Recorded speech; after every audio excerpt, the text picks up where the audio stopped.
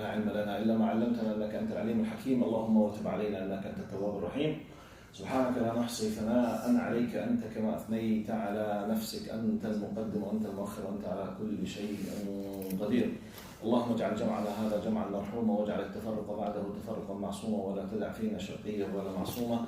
والعصر إن الإنسان في خسر الذين آمنوا وعملوا الصالحات وتواصوا بالحق وتواصوا بالصبر.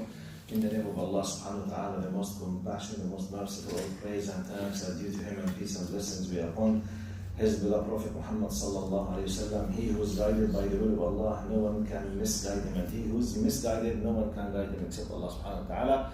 I bear witness that there is no God but Allah, and Muhammad is His messenger. Assalamu alaikum wa rahmatullahi wa barakatuh. 1 week, just 1 week that I was not with you, really I missed this session. Jazakumullah khairan. As if more than 1 month for me, my feelings. Yani. I hope you have the same. Hope. طيب, Assalamu alaikum. Today is our 9th session in the Seerah. Today, inshallah, basically our point is the participation of Prophet Muhammad sallallahu alaihi wasallam in rebuilding the Kaaba. Still, we are approaching the time of prophethood. He is not a prophet yet. I just quick reminder, in Seerah, in terms of the timeline, it covers much more than the Islamic teachings and rulings. It takes more in history, it gives you more wide spectrum about the surroundings. So we highlighted some of his childhood, sallallahu alayhi wasallam. We have a quick idea before his coming, sallallahu alayhi wasallam, to this life, like Amil Fil, for example, and Abraha. Still he was in the womb of his mother. But we need to know the preparations. So we, last time we talked about Khadija, radiallahu anha. Still, which is still, he is not a prophet yet, because around the age of 25, he became the husband of Khadija, radiallahu anha. Today, in another occasion, I might be highlighting 2 occasions, it depends on the time. The basic one is his participation in rebuilding the Kaaba.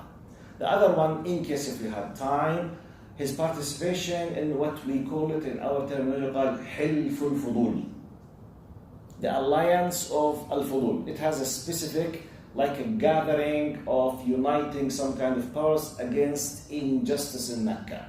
It has a political, message, and the participations with others, and what the Prophet Muhammad said about it. Not necessarily, I'm not sure if I will be able to highlight it today, but our focal point today is his participation in rebuilding the Kaaba. We have more than a beautiful message in that.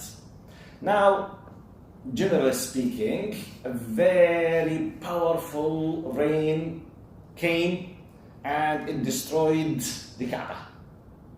So they decided to do what?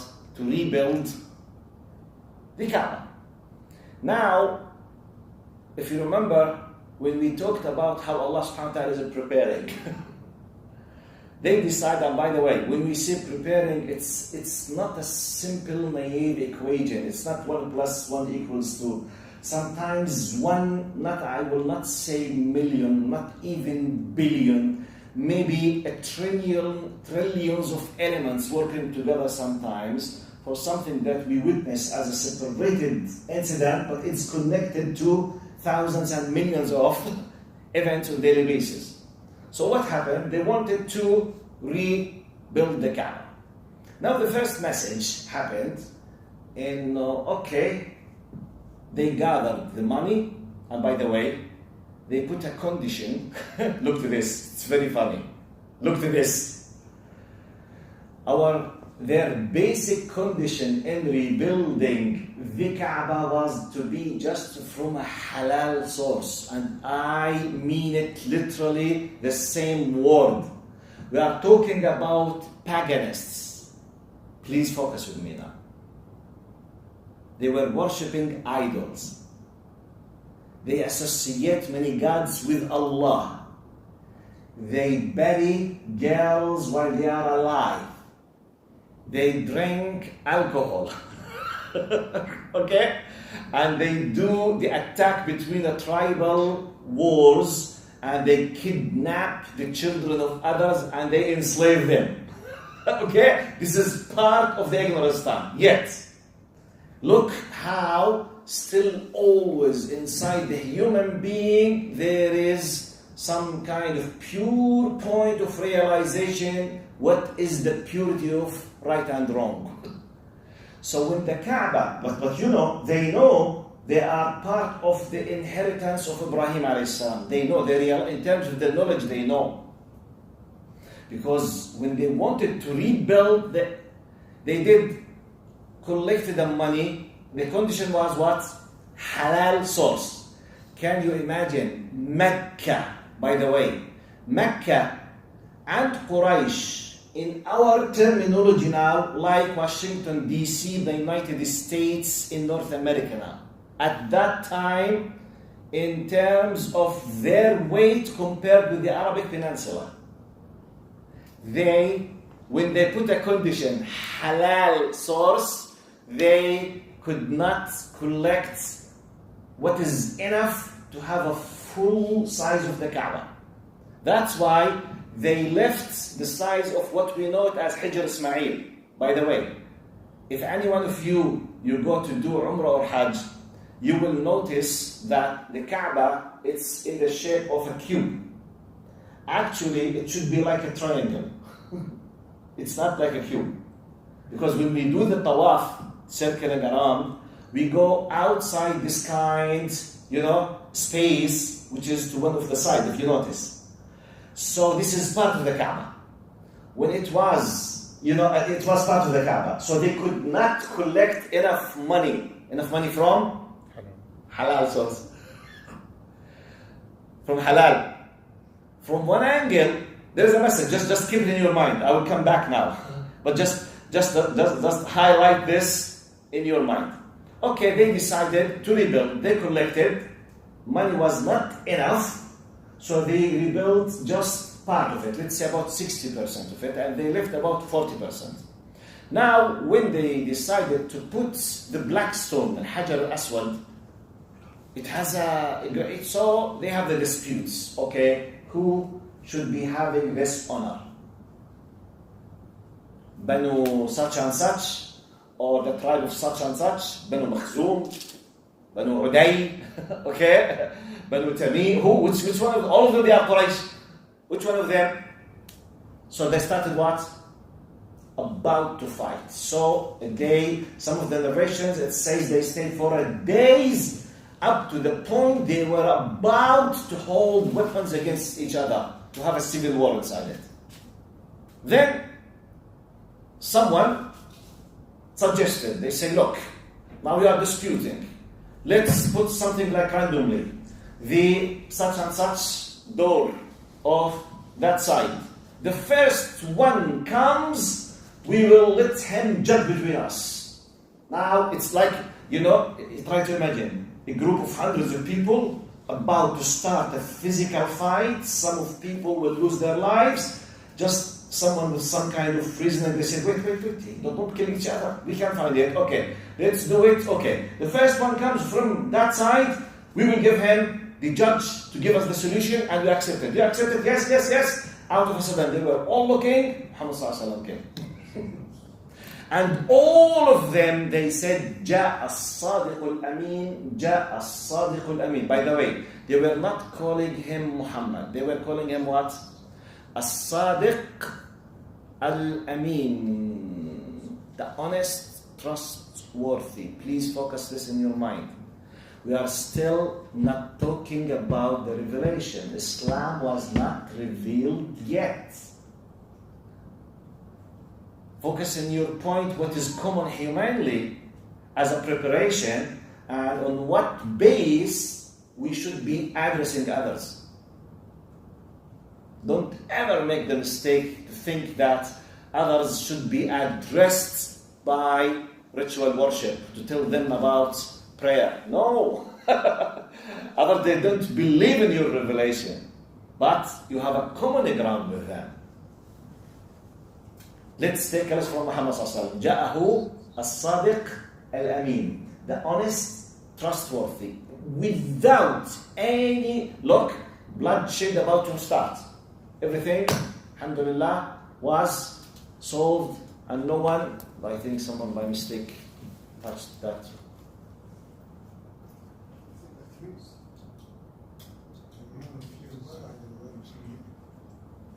I can know عند الباب هناك عند الباب someone by mistake يكون هذا الأنوار الجود بس الفيوز ضبط.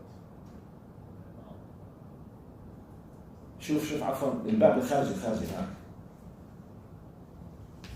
والله أعلم.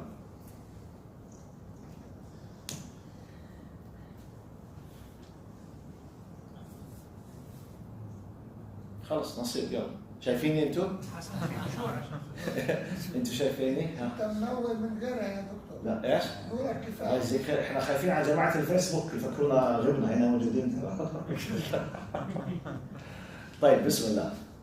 انا عفوا سوري what I was saying. Okay. الصادق الأمين. So when he came, they said, okay, you will be the judge. Tell us whatever you say, we will accept. And Allah inspired him now. Look how things are prepared. Then he said, if you gave me this kind of honor, let me suggest the following. He said, please bring piece of cloth like this one, put the black stone on it. All of the tribes, a representative of each one will be holding part of this. Like for example, imagine that my laptop is the black stone, okay? And when you open this, for example, big, I will take this part, someone will take this part, someone will take this part, someone will take this part, all of them, they hold it all together. When they came immediately to the place of replacing it, they asked Prophet Muhammad to put by his hand. So he was the one who put it, and all of them, they participated in it. Now, let's highlight the most important lessons of this. Still, we are talking about how Allah subhanahu wa ta'ala is preparing Prophet Muhammad sallallahu alaihi wasallam. And by the way, what benefits someone might keep telling me, this is for Prophet Muhammad. No, I'm telling you how the law of Allah works. جزاك الله خير. الله يكرمك. شكرا جزيلا يا سيدي من طيب أخلاقك هذا أشكرك. شكرا الله يجزيكم خير. بارك الله فيك يا عبد الله. جزاكم الله خير أختنا الفضل. شكرا بارك الله فيكم.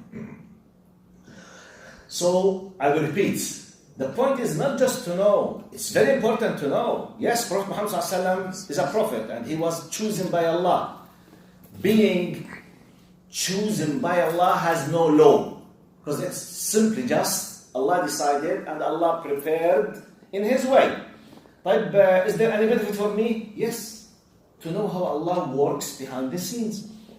Just to have an idea, because you and me now, as if we are watching a movie about what used to happen behind the scenes. Because now we are in 1444. When we look to this relations, okay, Prophet Muhammad ﷺ, before he became a prophet with 15, 20 years, Ya Allah, what used to happen? What kind of honor? The fact that he was called As-Sadiq al-Amin. The fact that he was, this is a preparation, this is like a protection from Allah subhanahu wa ta'ala when he starts to say, Allah gave me, none of them will dare to have an excuse to say, but hey, did you forget? You used to be the liar in Mecca. No, his name is As-Sadiq. So when you deny this, you reject this, you will be a kafir. Because you know for sure he is what?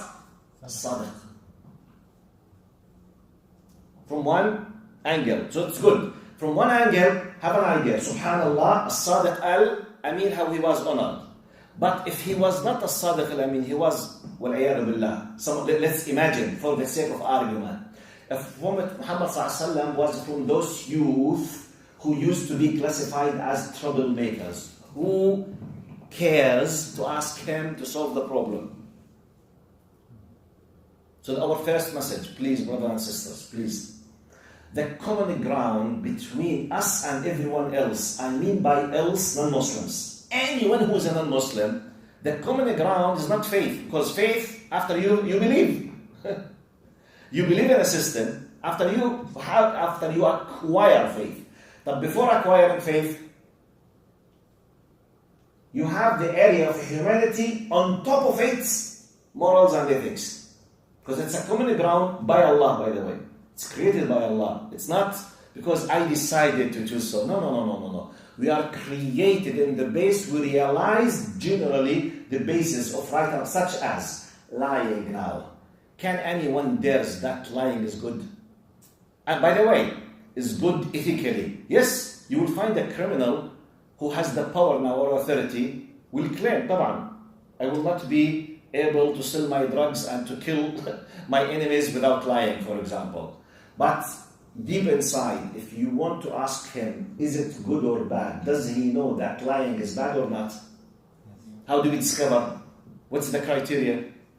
When he's in a position, he will be influenced by lying. He will become mad. As I told you, stealing, to make a theft against the property of others. Can anyone claim that it's something normal and something relative? Even if he or she claims. Once he lost part of his property, will become what? Crazy. Who did it? But why? But why do you feel bad? Because you know you were created when you lose your own properties without your permission. With your permission, it's a donation. No problem. You're created to do so. This is the money. You take it without my permission, it's a theft. With my permission, it's either a gift or a donation or compensation for a service or whatever. The same money. So basically, this is what? Fitra. This is inner nature. We don't have lessons for this. We realize it. That's why before the coming of the revelation, As-Sadiq Al-Amin is As-Sadiq Al-Amin. The meaning is not changing. The same. And one of the amazing trials, go and read about, maybe لا حياء في العلم, I will not say the exact problem, but for example, if you go and read about Bill Clinton and Monica Lewinsky, those who are above 40, they will understand what I say. One of the secretaries in the White House about 25 years ago, 20 years, I forgot, Bill Clinton, I think 95, 96, 97, more or less, more than 20 plus years ago. The President of the United States. Now, from our point of view, having a sexual relation with someone outside marriage is always illegal and haram. Okay? So the president, he was accused of having something wrong or bad with one of the ladies who works in the White House. No one was interfering in his or her business in terms of why did you do and so and so. The problem when they discovered that he said something, then they discovered he was what? Lying. You can't imagine. By the way, no one was discussing his privacy in terms of his sexual life at all. This is out of discussion. The discussion was, he said something. She claimed something. Then she proved that he was lying. You can't imagine. You can't imagine what happened in America against the president at that time. I remember it very well, 25 years ago. I mean, he lost every credibility on earth at that time. Go, just search in the Google. You can read and see everything. The idea, lying. Whatever you say, no. It's inner nature. Anyway, the first message, Sadiq Al-Amin, he prepared. Okay? Now, let's pause, have another lesson. Now, from one angle, okay, Muhammad was chosen. You and me might not be chosen, but we were given the opportunity to be from the chosen. Be careful. He was chosen up as a prophet. You and me, we were given the law. We've been aware and given the opportunity to be chosen by choice. Muhammad was not by choice. For us, by you choose. If you want, go. Now, part of what will make you happy to deal with the owner of the law. Who's the owner of the law? The creator of the law. Allah subhanahu wa ta'ala to have an idea, this creator of the law, what level of ability he might be having to prepare things for you. When I was preparing this for you, I remembered what I highlighted as part of my Friday khutbah. So I will quote part of my Friday khutbah, part of what I said. It was in Arabic, by the way, not in English. But I will quote some of it because it's highly related. Then I will translate it. I will go back to the second message of today's lesson. In my Friday khutbah, I will read exactly what I said. Someone was said in Arabic, I will not translate. قال يقول أحدهم ماذا عن لطف الله الخفي لما تولى أمر يوسف أحوج القافلة في الصحراء للماء ليصل يوسف عليه السلام إلى الخلاص ثم أحوج عزيز مصر للأولاد ليتبناه ثم أحوج الملك لتفسير رؤياه ليخرجه من السجن ثم أحوج مصر كلها للطعام ليصبح عزيز مصر. How many of you understand Arabic? Just raise up your hand. Okay, look. He was talking about this amazing beauty, how nice Allah subhanahu wa ta'ala with us, without us realizing how He operates and controls this world. He gave an example. He said when he decided to support Yusuf alayhi salam, قال أحوج القافلة في الصحراء للماء. You know, by his laws, he made the caravan in need to come to the well when they discovered him after he was thrown by his. So Allah, for us, we don't see. But who pushed the caravan to come to that area? Allah subhanahu wa ta'ala.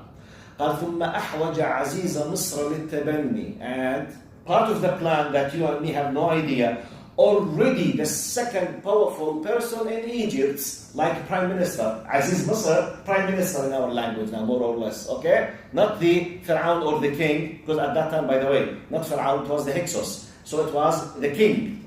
Now, second person, the Prime Minister, he did not have children, so he was pushed to choose and actually to buy Yusuf alayhi salam, because he was enslaved and he was bought.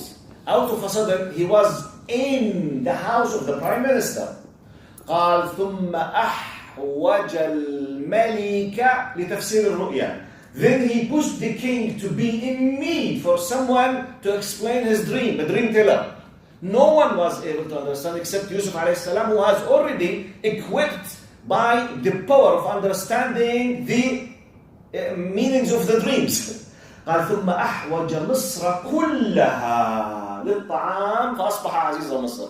Then he put all of Egypt to be in need for a professional, trustworthy person in agriculture and in finance and in management in our words today, and it was Yusuf alayhi salam. Look how it was talking about Lutfillah al-Khafi. You see, it's undercover. Allah subhanahu wa ta'ala is operating for us.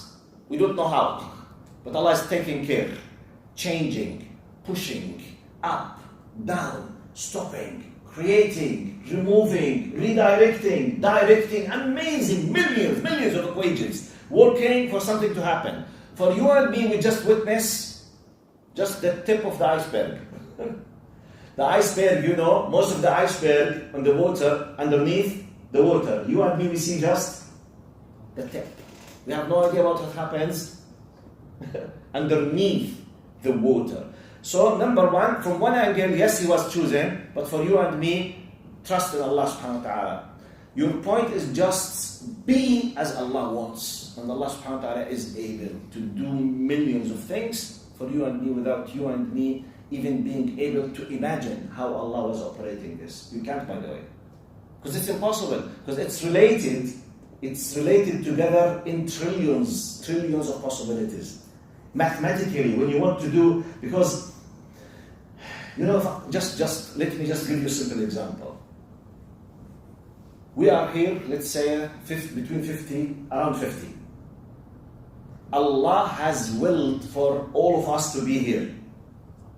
So that just 50% of you are sitting in a masjid in Oakville, is related to trillions of possibilities. Behind each one of you, you have a long chain of possibilities has led you to be here. And all of them, they got to be together. Each one of you, mathematically, how many possibilities and how many things has already happened so that you are enabled to come. And how many possibilities was about to happen that to prevent you from coming. And when you put things mathematically together, it's billions and trillions. Okay? This is message number 1. Okay? Now, number 2, we go back to the halal source. Non-believers, in terms of not submitting themselves to Allah. Time of ignorance, a lot of disasters in their society, yet when they decided to do something pure to Allah, they, from one angle, they said, we will do it just from a halal source. Because they are dealing with riba. They know it, by the way, it's haram. They have prostitution houses. وَلَا تُخْرِجُوا فَتَيَاتِكُمْ عَلَى الْبِغَاءِ. They know from this level. They know. They realize. So what's the message? The message for you and me, don't ever think that an unbeliever or a non-Muslim will not be able to relate to what you are talking about. Or a non-practicing Muslim, because he or she is non-practicing as if he does not know. No. They know, they feel, but please be wise how to convey the message. Or otherwise, there's no common ground. Really realize. This is from one angle. The other angle, the khair is still there inside each one of us. Don't give up. Don't lose hope from anyone. Do your best. Because if those people are killing, kidnapping, burying alive daughters while they are still alive, drinking alcohol, killing each other for any silly reason, yet when they wanted to do something pure for the house of Allah, they said, in the Palestinian accent, they said, hak, khurraf, khurraf. You know it? How many of us? Well, just 3 realize what I'm saying. حك خراف كيف نترجمها هاي؟ الحك والخراف مين ترجمها هاي؟ Who can translate it؟ الغزاويين بيقدروا يترجموها؟ Fact is fact and talking nonsense is talking nonsense. Fact is fact, talking nonsense is nonsense. It's a slang, beautiful language, which means it's like a metaphor, indirect message, which means, hey, you know and I know. You realize and I realize. So don't waste your time and my time. We know. But human beings, they have an amazing وَكَانَ الْإِنسَانُ أَكْثَرَ شَيْءٍ جَدَلًا. Allah equipped us with amazing ability for arguing, to keep arguing. No, don't think so. You know, this kind of philosophical things but because Allah subhanahu wa ta'ala said about the psychology of the human being, قال وَجَحَدُوا بِهَا, but وَاسْتَيْقَنَتْهَا أَنفُسُهُم. But why, Ya Allah? ظُلْمًا وَعُلُوًّا. Look, جَحَدُوا استيقنتها ظلما وعلوا. I repeat, they denied in public, superficially, no, this is wrong, no, they are bad people, no, this is unacceptable, no, they are terrorists, no, they are hate speech. واستيقنتها أنفسهم, but they know the truth. It's not just they know. Allah says استيقنتها, inside. They have reached the level of certainty of realizing that this is the truth. Good, my point? But why they are doing ظلما وعلوا, transgressing against the law of Allah and arrogance. The disease of Mr. Iblis. You know Mr. Iblis? What was his problem? So we know. So from just when you remember, they wanted from halal source, remember these meanings. Recall them when you speak with it from one angle, don't lose hope. From one angle, be aware that the opponent is aware of what you are talking about. From one angle, be careful, okay, not to deny or to let someone just play this game against you. Anyway, this is one of the important things. Now, in addition to that, there is Hadith Bukhari, narrated by Imam Bukhari. Prophet Muhammad ﷺ was speaking with Aisha radiyallahu anha about this rebuilding the Kaaba. I will narrate the Hadith and we will take some kind of lessons from it, inshallah. Now, as I told you, that they left part of the Kaaba without fully, built because of the lacking of the marhala. Prophet Muhammad ﷺ, later, many years later, when he became the husband of Aisha radiallahu anha, at that time he was not yet a prophet. So many years, we don't know, 20, 25, 22, more or less, many years later, he's a prophet speaking with Aisha now. Aisha is the narrator. She says, قال يا عائشة لولا أن قومك حديثو عهد بجاهلية لأمرت بالبيت فهدم فأدخلت فيه ما أخرج منه وألصقته بالأرض وجعلت له بابا شرقيا وبابا غربيا فبلغت به أساس إبراهيم. رواه البخاري. Prophet Muhammad ﷺ, he said, Ya Aisha, please focus this. This has to do with what we call the wisdom in da'wah. What is the main title? Wisdom in da'wah. Based on the idea of to realize the actual reality of the people, the contexts, okay? Political reality, social reality, financial reality. So, Prophet Muhammad ﷺ, the Prophet Muhammad, the most powerful person in Islam. Prophet Muhammad ﷺ, the best person in our aqidah. Prophet Muhammad ﷺ, the head of the state. I'm giving you his positions and titles now. A prophet, the best, the most, the whatever you can exaggerate. Okay? Yet, he said, Ya Aisha, unless or because of your qawm, which means the new Muslims, the people of Mecca, they are still new Muslims. Unless they are still so new in Islam and so close from ignorance, psychologically, still the remainings of the time of ignorance has not left them yet. Unless they have this kind of remainings and say, then I would have destroyed the Kaaba completely and rebuild it in full on the base of Ibrahim alayhi salam, the core point of the hadith. But I will not do it. As a priority, it was not a priority. If it's up to him, no obstacles, so we take a lesson. We take a lesson. Prophet Muhammad, as if he's teaching us a lesson. The core point of coming to the Kaaba is submission to Allah. Not the size of the Kaaba. Not the color of the Kaaba.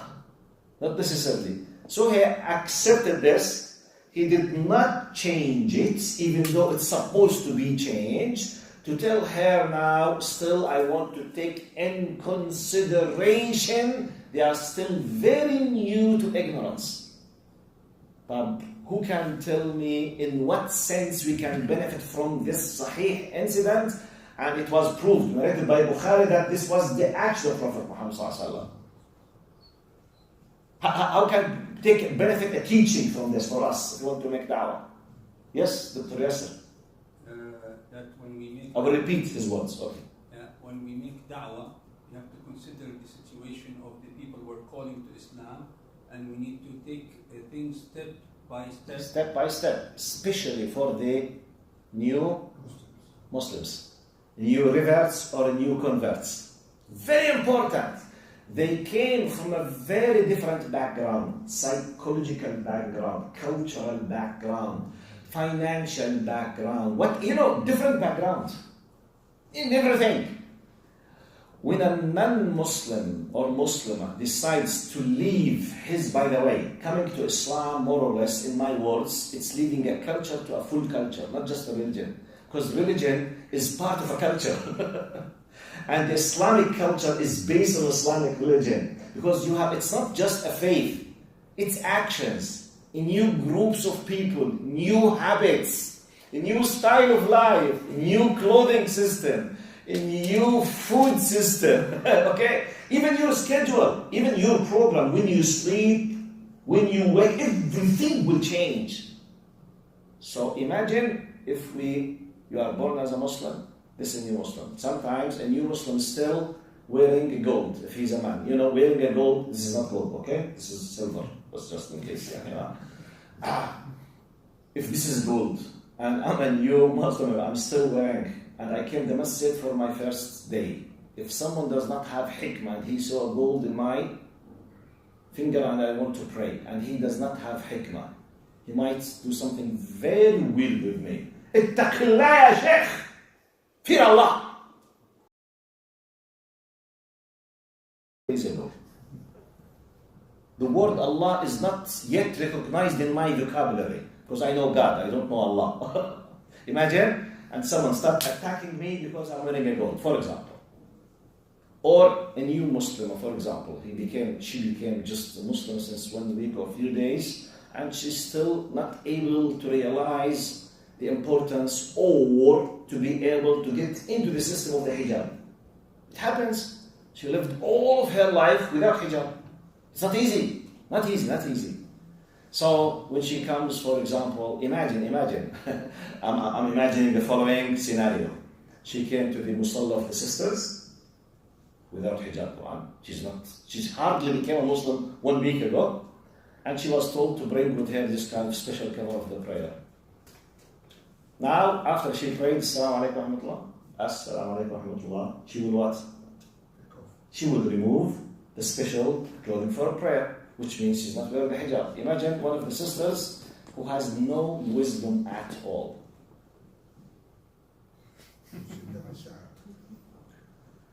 You know, ثَكِلَتْهَا أُمُّهَا? You understand what does it mean? May Allah be with her. Because she will start saying a very sharp words. So that's why you need to be, you need to count to 10, understand the context. And sometimes, wallahi, I myself, I met, because before I started being a university lecturer or a professor, I was a teacher at school for many years while I was doing my master's degree.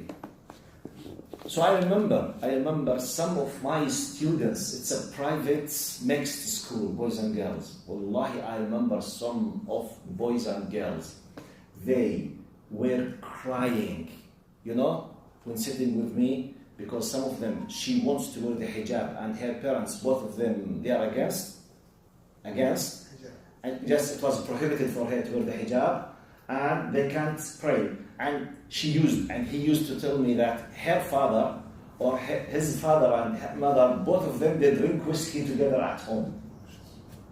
Which means alcohol is the base. Doing haram is the base at home. And she's deprived from practicing Islam at home. I'm talking back in my country, 30 years ago, not now.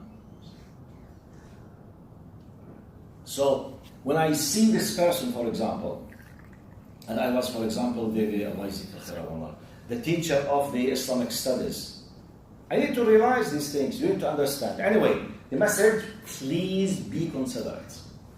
Count to 10. Seek the knowledge, be wise, be merciful, try to understand the context, be aware of, by the way, the context is just a general philosophical thing. Each individual's context has a story by its own. Your context is not like mine. Maybe you came from a complete destroyed house. Maybe your parents are fighting all the time. You don't know what to do. You are about to commit suicide. Maybe I don't have this time. I have a stable house, for example, no problems at all. So when I want to invite you to do something good or to tell you this is haram, right and wrong, without realizing, that's why, please, the wise da'iyah is the one who scans the surroundings, okay, understands what is what, who, then he starts to be like a clever pharmacist, like Brother Abu Umar. pharmacist. He will be a clever. You know, the clever pharmacist does what? Okay, I have a headache. Immediately he gives you any medicine for headache? No. By the way, we have tens of medicines for headaches. Tens. Why this and not that? It depends on your special status. Can anyone take Tylenol? Maybe there's something inside the Tylenol could affect your stomach and you have a problem in your stomach, which is highly unrecommended. Can anyone, for example, take whatever Advil? No, it affects such and such. So, specific prescription. So you will be like a medical doctor and a pharmacist all together. So when someone is facing a problem, but our point now is a non-Muslim in specific. Generally at Da'wah, in specific the non-Muslims. So we understand from this story. So now by this, inshallah, I finished this story of rebuilding the Kaaba. Any question about this before moving to Hilf al-Fudul now? Any question about graduality in Da'wah, about to be considerate, or how to realize, how to deal? If you have a specific question about this topic, because I can't come back again. Any question? Brothers, sisters? No one? Right. Okay. Let's continue, inshallah, bi'idhnillah. Now, Hilf al-Fudul. The alliance of al-Fudul or Hilf al-Mutayyibin. It has two names. The alliance, the gathering, the unity of the powers of al-Fudul or al-Mutayyibin. Mutayyibin, wallahu a'lam, from the linguistic meaning, I did not search in the exact literal linguistic meanings. If we take it from the word tib, the nice, good things, it could be the nice smell, okay? But it's a highly prestigious, good praising description. This alliance happened at the time of Muhammad sallallahu alaihi wasallam when he was a young man. What happened? That a certain incident happened in Mecca. Someone was attacked by someone with authority and power inside Mecca. And he was about to lose his properties and his money. Because someone else with high power, like in our words today, for example, you are just, la subhanallah. Imagine that you came to this masjid, you are still new, you don't know anyone, someone from the Muslimin, he made some cheating for you and he took all of your money with something like a fraud, for example, and you lost everything you have. But he did it in what appears to be a legal way. And you had no evidence to prove that this Musalli, who used to be from this masjid, is, for example, has done it illegal. You are not able to prove it because he convinced you and he cheated you and you believed because you were naive, you did not come to your mind, you are lacking the experience, and it happened. You lost your money. And you started speaking with some of the people, they say, we can do nothing for you, it's your problem.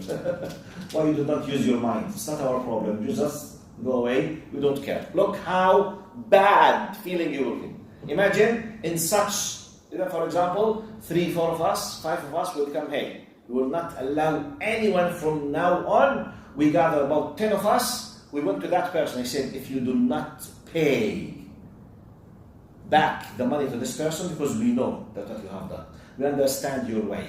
We ourselves will hire a lawyer, we will go a specific firm, and we will go to the police and we will show you, really you will lose your reputation. Return it back now. And he did it. You see, it's exactly what happened at that time in Mecca. So, someone was about to use his power against a weak stranger, then some of the good people then, they did this kind of Hilf al-Fudul. Prophet Muhammad sallallahu alaihi wasallam, okay, this happened at the time of Al-Jahiliyyah. We have one point in this. I will recall exactly the hadith of that. Then I will give you the message and we will finish inshallah our lesson today. Bi-idhni Mawla Azza wa Jalla. Prophet Muhammad sallallahu alaihi wasallam said, قال شهدت حلف المطيبين مع عمومتي وأنا غلام فما أحب أن لي حمور النعم وأني أنكثها. And there's another riwayah, another hadith, I will give you the core meaning of it. قال لو دعيت إلى الإسلام لو دعيت في الإسلام إلى مثله لأجبت. Now the two hadith he said, I was called when I was a young man, just ghulam, to this alliance with my uncles. If you want to give me in our words millions of dollars, just not to participate in this alliance, I will not respond to you. I will go and respond. And if someone is calling me to such an alliance in Islam, I will go. Now, the idea was the message, which means they were non-Muslims and non-believers. They agreed on the idea of protecting the weak and bringing back the rights of the people who lost their rights against any kind of tyrants or dictators or unjust people or transgressors of the people. So Prophet Muhammad said, if someone called me in Islam, I will respond. I will not mind. This gives you an idea, in what we call siyasa sharia, okay? Now, the Islamic understanding of management of life and politics in terms of our relation with others. Some people think, unfortunately, that if you are a true believer, you should not be dealing with anyone else in anything on a state level or on a collective level, which is not true. This is not true. We have our privacy, yes, like in other religions. Jews, they have their own privacies. Christians, they have their own privacy. And Muslims, they have. However, in what benefits humanity, like for example, someone has stolen the money of a weak person. What in Islam prevents you from adding your power to someone else as a non-Muslim to protect a third party who is a non-Muslim? Nothing. Actually, if you had the ability, you must do it. Because some people, some Muslims, they have some kind of bad explanations, and it might reach up to the level to extreme ideas. Okay, I myself met some of them. I don't know them because when I traveling, I saw one of the brothers, for example, telling me, brother, is it permissible for us to participate in politics? Liberals and something. Is it not haram?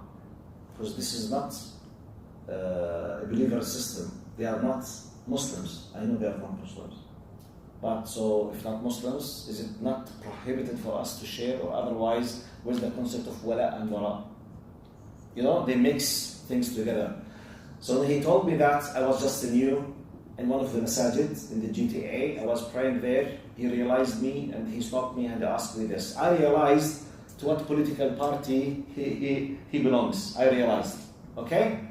Then I just asked him a question. I said, if this is haram ultimately, how do you think Allah allowed Yusuf alayhi salam to be the prime minister of a king he was a paganist? He stopped. He said, you tell me that this is an ultimate haram. It's not a political issue. No, there is some details in there. This is a prophet. He was the prime minister, or the head of the cabinet in our words now, at the time of Egypt. They were pagans, completely pagans, like the ignorant people. How come Allah allowed a prophet? We are not talking about Sahabi, a prophet. If this is ultimately haram against any possibility, this is no. We take a lesson from this. So sometimes, if your participation is just to protect yourself, supporting someone good to protect part of your interest, which will enable you to do something good, where's the problem? By the way, I'm not discussing going and agree on everything against your faith and against Islam. This is traitorship in all cultures, not just in politics. Wherever you go, no one's saying that. Look to all, now for example, by the way, especially in Canada here, always, wherever you go, they say, Canadians, they are happy because they celebrate differences. True or false? Which means they love you when you come with your culture. Representing your culture in Canada itself is a value, which means you should not be ashamed. You represent, you go to the common things, no problem to participate in politics in a good thing. When something against your principles, you have to say it in a polite way, in a legal way. No one is asking you to be violent. By the way, please don't mix between rejection politely or declaring your status politically and وَالْعِيَاذُ بِاللَّهِ, when you see that something wrong, that you have to be a violent. Who said that this is equal to this? No. I myself, I might be tested with a family, for example. I started to be a practicing Muslim in a family. I'm just 16 now or just 15. If it happened, God forbid, that my father drinks alcohol and my mother does not wear the hijab, and both my parents, they deal, for example, with riba, and they don't care with many haram things, do you think that I have the right to use violence against them? Do you think we have the right in Islam? I'm asking you. No, it's haram. What I'm supposed to do? ادعو إلى سبيل ربك بالحكمة, wisdom and beautiful preaching. By the way, many Sahaba, still their mothers and their fathers, they were kuffar. Like Abu Hurairah, for example. Abu Hurairah is one of the best examples. By the way, do you know that Abu Hurairah is called Rawiyatul Islam? One of his titles, the one who has narrated the highest number of narrations of prophetic traditions. His mother, she was not just a non-believer. She used to curse Prophet Muhammad every time she sees Abu Hurairah. She used to, swear against Prophet Muhammad in a very bad words against him. Whenever she sees Abu Hurairah, she used to say, your prophet is such and such, Muhammad is such and such, all the time, He used to cry. And then Allah subhanahu wa ta'ala accepted the dua of Prophet Muhammad and she became a Muslim. And by the way, while she was doing so, he was serving her, taking care of her. She was an old woman, by the way. Elderly woman. She was what? She was cursing, insulting Prophet Muhammad, and he was serving her. We need to know. You yourself don't do the haram. It's haram for you to respond to your father if he invites you to drink alcohol. Not allowed. For example. Okay? Or he wants you to watch with him a bad movie, for example, something like porno. It's haram. But if he needs a medical, you have to support. He's in need for money, for it's an obligation. Even if both of them, they were non-believers, by the way. Not just non-practicing Muslims, non-believers. I'm not concluding this from my own, because Allah subhanahu wa ta'ala said it clearly. وَإِن جَاهَدَاكَ عَلَىٰ أَن تُشْرِكَ بِمَا لَيْسَ لَكَ بِهِ عِلْمٌ فَلَا تُطِعْهُمَا وَصَاحِبْهُمَا فِي الدُّنْيَا مَعْرُوفًا. If your parents, both of them, they were not just non-believers and associators, but they were doing their best all the time, 24/7, to push you to be a non-believer. Jahadak, which means they were struggling, putting the highest level of efforts to make you a non-believer. Simply don't listen to them, but be nice with them. By the way, we need to understand this, because some people might mix between being a practicing Muslim or strong in his faith and to be tough with any non-practicing Muslim or any non-Muslim because he is not practicing Islam. Don't mix, please. We came to this point as a second step, third step, when we were talking about participating with others. I mean by others, those who do not share with us our faith values. However, we have human values, common sense values. If it does not contradict my basic principles, especially the faith thing, no problem at all to share, support, help for the cause of good thing that is good in our principle. When it's haram or bad, I do my best not to participate. I do my best to change legally if I can. If I can't, simply I will not do it. So make this clear in your mind, okay? Right. And this is now, I have third point, but I will not start it because we have just about 10 minutes left. Third point that I will start next time, inshallah, التحنث في غار حراء. Prophet Muhammad sallallahu alaihi wasallam, at a certain time of his life, approaching 40s, he started to develop high need to isolate himself from the people. You know, there was an urge inside himself that there's something wrong.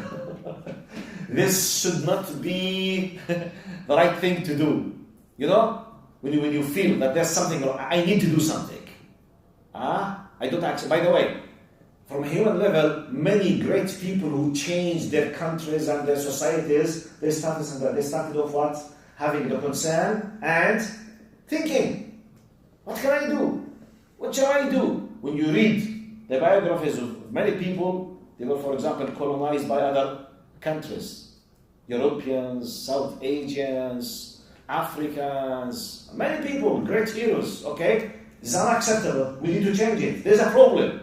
Thinking. But here, he was pushed to have this kind of eagerness that there's something wrong. So Allah subhanahu wa ta'ala guided him, inspired him to do what we call at-tahannuth. Tahannuth, to separate, to isolate yourself in a place without any kind of communication with the people. SubhanAllah, by the will of Allah, he used to do it in the month of Ramadan, and he used to go for a long time, leaving Khadija radiallahu anha and his daughters.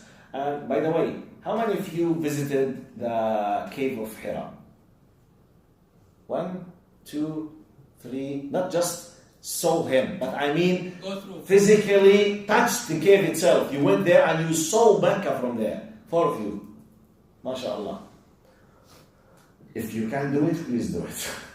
It's not easy, by the way, because you will walk in the footsteps to go up there. Really, you need to be fit after driving the car. Especially on the stones.